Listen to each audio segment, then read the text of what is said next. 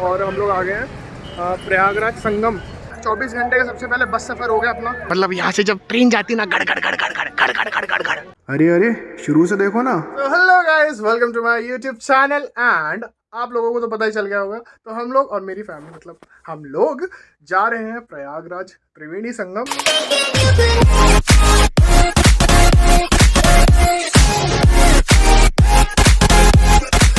मैं, मम्मी और हनी, आज हम लोग जा रहे हैं प्रयागराज संगम में। मम्मी को तो मैं छोड़ के आ गया हूँ और हम लोग निकल रहे हैं यहाँ से। क्या सिनेरियो है, जस्ट एक सेकेंड अभी बताता हूँ। तो आज बिल्लू और बिल्लू का भाई जेल से फरार।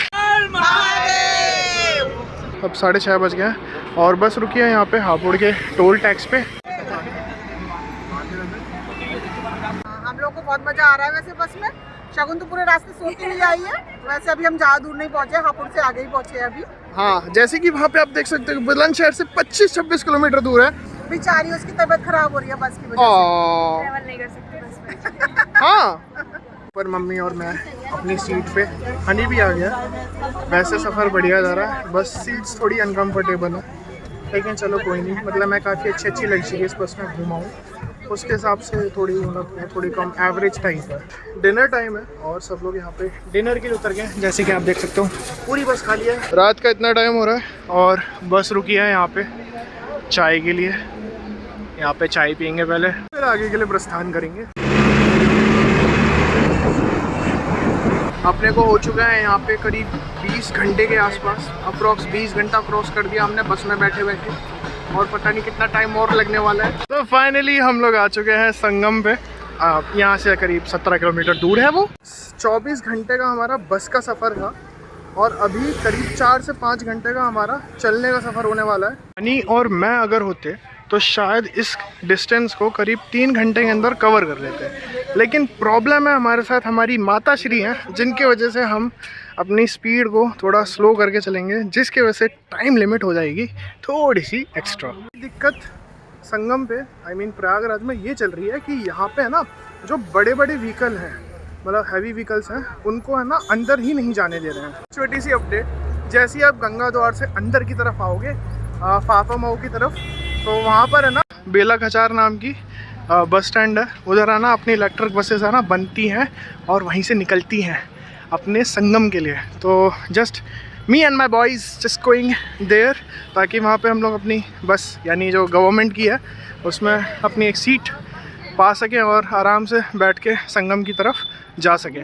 आने जाने का रास्ता थोड़ा बड़ा कंफ्यूजिंग है और हमारा तो पता ही नहीं चल रहा कि क्या चला है, मतलब कहाँ पे उतरे हैं कहाँ पे चढ़े हैं। जस्ट लोग बोल रहे हैं कि ऐसे ऐसे जाओ, हम चलते रह रहे हैं, हमें पता नहीं है कि हम कहाँ हैं।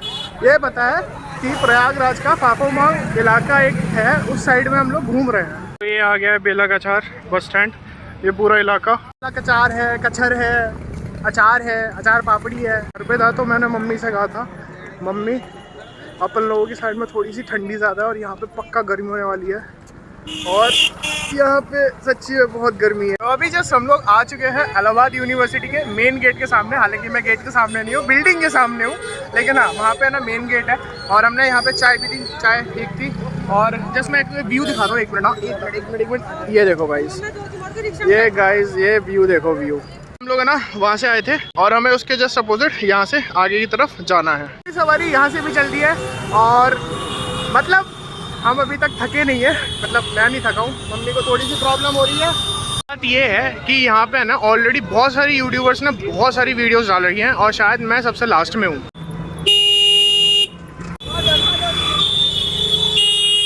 प्रधानमंत्री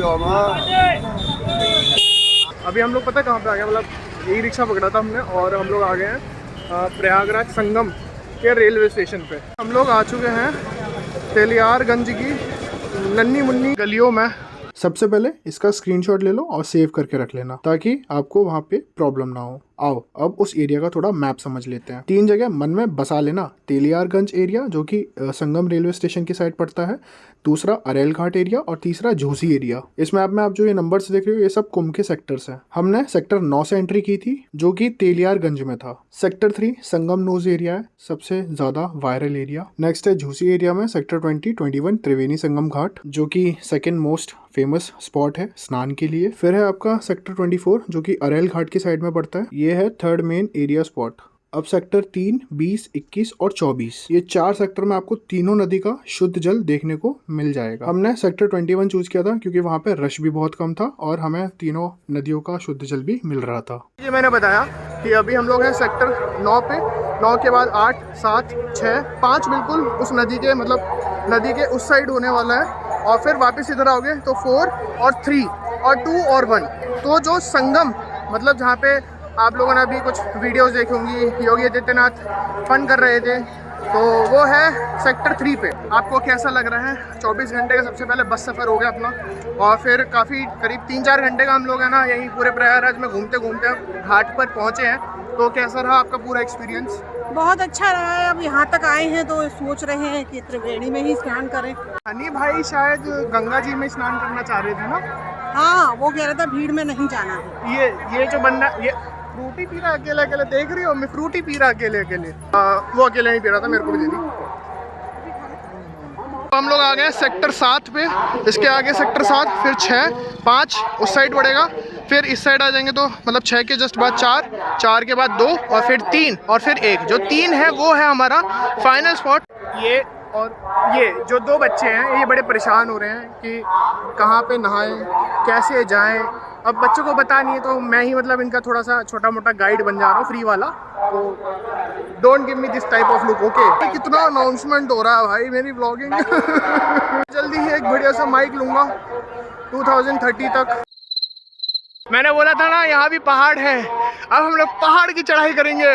ये जस्ट अभी हम हैं झूसी के रास्ते की तरफ। ये झूसी पुल है, इसके रास्ते की तरफ है। हम लोग झूसी में जाके फिर उधर साइड में 1 मिनट, हाँ उस साइड में ना वहाँ पे है त्रिवेणी संगम। तो वो जो लाइटिंग एरिया देख रहे हो वो है संगम घाट, जहाँ पे अपने योगी जी और वो सब स्नान किए थे। और जहाँ पे अभी हम हैं ये है आपका त्रिवेणी संगम। देखो सिंपल सा डिफरेंस है कि वहाँ से आ रही है यमुना नदी और यहाँ से आ रही है आपका गंगा नदी। तो इस एरिया के अंदर वो दोनों मिल जाती हैं और आगे की तरफ गंगा नदी फ्लो करती है। तो हम आए हैं सबसे बेस्ट जगह पे। हालांकि हमें करीब 45 मिनट्स लग गए यहाँ पे आने में। देखो गाइस, मैंने ना लाइट रे कम कर दी जिससे आप समझ पाओ। यहाँ से आ रही है गंगा नदी और यहाँ से उल्टा फ्लो हो रहा है, यानी वहाँ से आ रही है यमुना नदी जो यहाँ पे मिक्स हो रही है और पूरा त्रिवेणी संगम। तो पहली चांस थी मम्मी की। हनी वहाँ पे अपना सामान देख रहा है, मैं मम्मी के यहाँ पे वीडियो फोटोग्राफी करने आया था। मैं अपना ये वाला लुक बताना भूल गया गाइस, मैं हूँ वही प्रेडेटर पर चश्मे वाला। हमने गंगा स्नान हमने त्रिवेणी संगम पे स्नान कर लिया है। अब हम लोग निकल रहे हैं वापस बस की तरफ, जहाँ से हमने बिल्कुल स्टार्टिंग से छोड़ा था। करीब 4 घंटे का यहाँ से रन होगा। के साथ हम आए थे ना, उनका पता नहीं है वो कहाँ पे हैं। एक्चुअली हम थोड़ा सा लेट हो गए थे, जस्ट 5 मिनट, और इन 5 मिनट में वो हमसे पीछे रह गए। जैसे कि हमने स्नान कर लिया है, सब तैयार है, मतलब हम सब मतलब अब है कि हमें करनी है पेट पूजा, क्योंकि मुझे लग रही है भूख, क्योंकि मैंने कल से समथिंग मैं थोड़ा कुछ भी नहीं खाया है। सेक्टर 19, 20 और आगे से जाके सेक्टर 3 तक बाय चांस इधर की तरफ आ जाते, जो कि गंगा वाली जगह है, गंगा घाट, जो कि बिल्कुल अपोजिट में पड़ेगा। तो याद रखना कि अगर जिस पुल से आए हो आप उस पुल से वापस नहीं आ सकते, आपको पूरा घूम के 12 नंबर वाले पुल पे आना पड़ेगा। हालांकि ये इन्फॉर्मेशन ऑलरेडी सारे ब्लॉगर्स दे चुके हैं, मैं लेट हो गया हूँ। चलो कोई बात नहीं, जैसा भी है मेरे को जितना देना था मैंने आपको बता दिया। अभी महाकुंभ को 26 फरवरी तक है, तो अभी तो जितने भी लोग हैं देख लें, इन्फॉर्मेशन काफ़ी सही रहेगी। अभी हम लोग पता है इतने ब्यूटीफुल स्पॉट पे चल रहे हैं। यहाँ पे है रेलवे ट्रैक और यहाँ पे है हाईवे वाला पुल, और दोनों ही बहुत घैंट लग रहे हैं। मतलब यहाँ से जब ट्रेन जाती है ना, गड़ गड़ गड़ गड़ गड़ गड़ गड़ गड़ गड़ गड़ गड़ गड़ तो मज़ा आ जाता है। तो आ गए 12 नंबर पुल, मोरी पुल पे। यहाँ से हम लोग वापस जा रहे हैं। जो संगम की भीड़ है ना, यहाँ पे देख सकते हो। हमने ज़्यादा से ज़्यादा 3 किलोमीटर पैदल चलने में हमारा पूरा मतलब ये एरिया हमने एक्सप्लोर कर लिया। बता रही थी कि ऐसे जब छोटे में लोग ऐसे जाते थे मेलों में, तो ऐसे रस्सियाँ मान के जाते थे। तो फिर अब क्या है कि अप्रॉक्स 12 बज चुके रात में और हमने जस्ट डिनर कर लिया और मैंने फाइनली अपना ब्रेड टाइप तोड़ लिया।